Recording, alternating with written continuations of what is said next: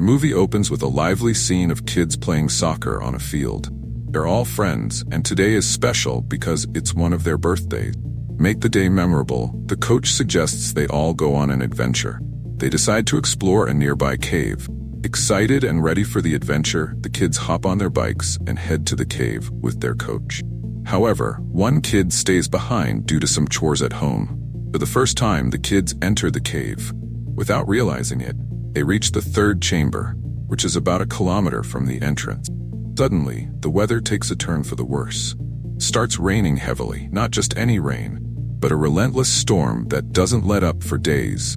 Typical of the monsoon season in Thailand. The scene shifts to the parents preparing for the birthday party of the kid whose special day it is. They are busy setting up. As time passes, they notice none of the kids have returned home. Growing anxious, they are informed by the kid who stayed behind that everyone went to the cave together. Alarmed by the news and the ongoing storm, the parents fear for their children's safety and immediately contact emergency services. Rescue divers are dispatched to the cave, which is now flooded. They venture deep inside, reaching the third chamber where the kids were last seen. The divers struggle in the water-filled cave, their own situation becoming dire. After many grueling hours, they finally emerge from the cave, exhausted and unable to continue their search. Their condition is so severe that they can't assist anyone else. Meanwhile, outside the cave, when they hear that their children are still missing, their hopes begin to fade. The rain continues to pour, worsening the situation as the cave floods further. Various pumps are brought in to try and drain the water. These efforts prove largely ineffective. The news of the 13 trapped children spreads quickly, drawing people from across the city to offer help. A boy from another city, familiar with caves and mountains, hears about the situation and comes to assist. He approaches a man near the cave and shares his suspicion. The flooding isn't just from rainwater, from multiple sinkholes within the cave. The man agrees, and together, they head into the cave without delay. They locate several sinkholes that are allowing water to rush in. They attempt to block these sinkholes as much as possible to reduce the water flow and increase the chances of rescuing the children. 5 days pass with no sign of the kids. The Thai divers are unable to find them, prompting the Thai government to seek help from the British government. In response, the British send their 2 best divers, Rick and John. Wasting no time, Rick and John arrive at the cave with the mission to find and rescue the children. They don their diving suits and plunge into the cave's flooded depths. The water level is dangerously high, making breathing and survival extremely difficult.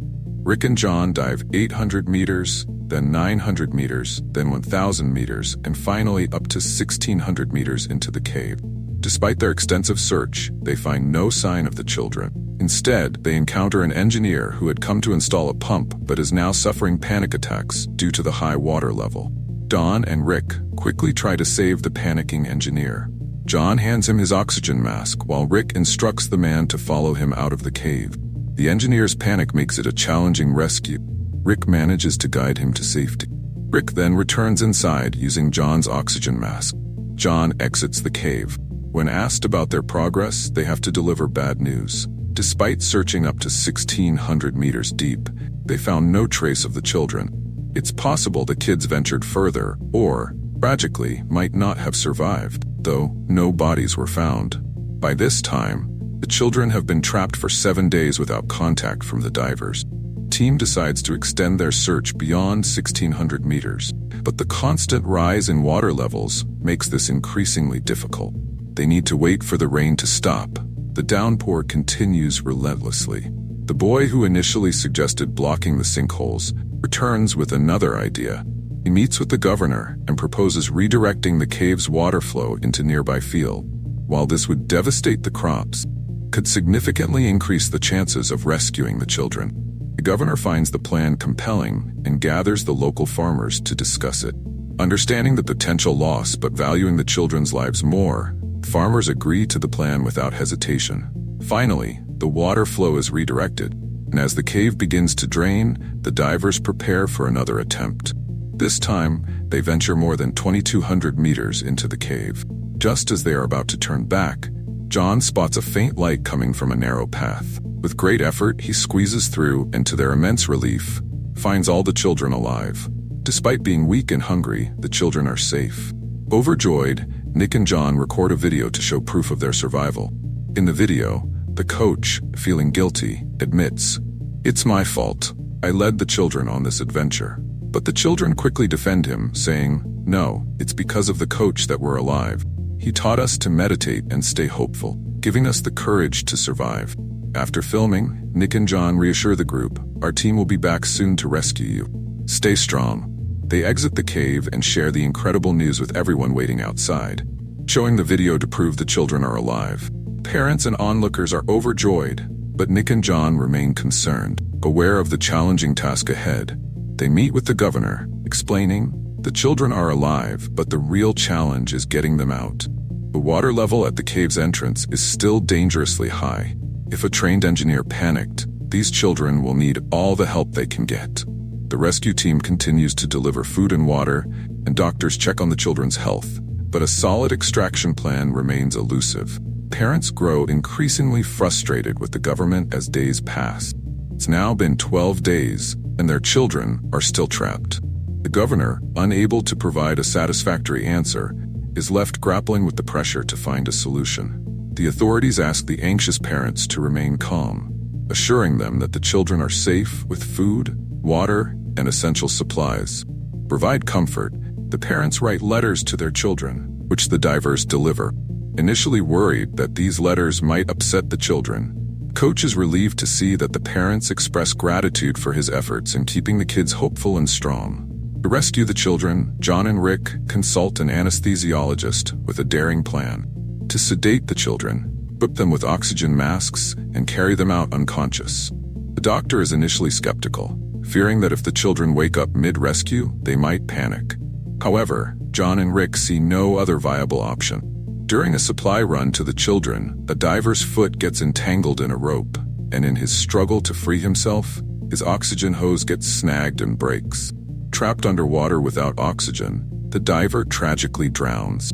The rescue team retrieves his body, mourning their loss and realizing the danger and complexity of the mission. Recognizing the dire circumstances, the doctor and the rescue team reconsider John and Rick's plan. Given the diver's fatal panic, they conclude that sedating the children might indeed be the safest option. John and Rick present their plan to the governor, who, seeing no alternative, agrees. That night, the anesthesiologist trains the rescue divers on how to administer the sedative injections to ensure the children remain unconscious during the extraction. The next morning marks the critical day of their mission. With the rescue plan set, the team prepares to implement their high-stakes operation to safely bring the children out of the cave. A large crowd gathered outside the cave, filled with parents, townspeople, and others, all praying for the children's safe return. Inside the cave, the rescue team quickly realized it would be impossible to evacuate all the children at once. They revised their plan, deciding to rescue 4 children at a time. They administered anesthesia to the first group, and tied their hands and feet to prevent any thrashing if they regained consciousness during the rescue. As they were about to leave, one child started to wake up, necessitating an extra dose of anesthesia. They then secured the children together with a rope and began the arduous task of bringing them out. After many hours of intense effort, the first group of 4 children was successfully rescued. The divers and the waiting crowd outside celebrated the success. The next day, the process was repeated, and 4 more children were brought to safety. This left only 5 people in the cave, 4 children and their coach. Heavy rain continued to pour, raising the water levels in the cave and making the situation more urgent. Despite the increasing danger, they pressed on with their mission. For the final extraction, the remaining children were once again sedated and tied with ropes.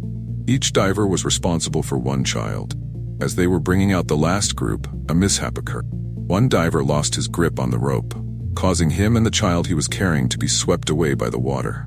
Fortunately, he managed to grab onto a rock. The situation was dire. Rick, seeing the diver in trouble, acted quickly.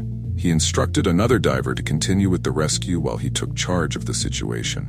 Rick carefully brought the diver and the child to safety, ensuring that everyone made it out of the cave alive.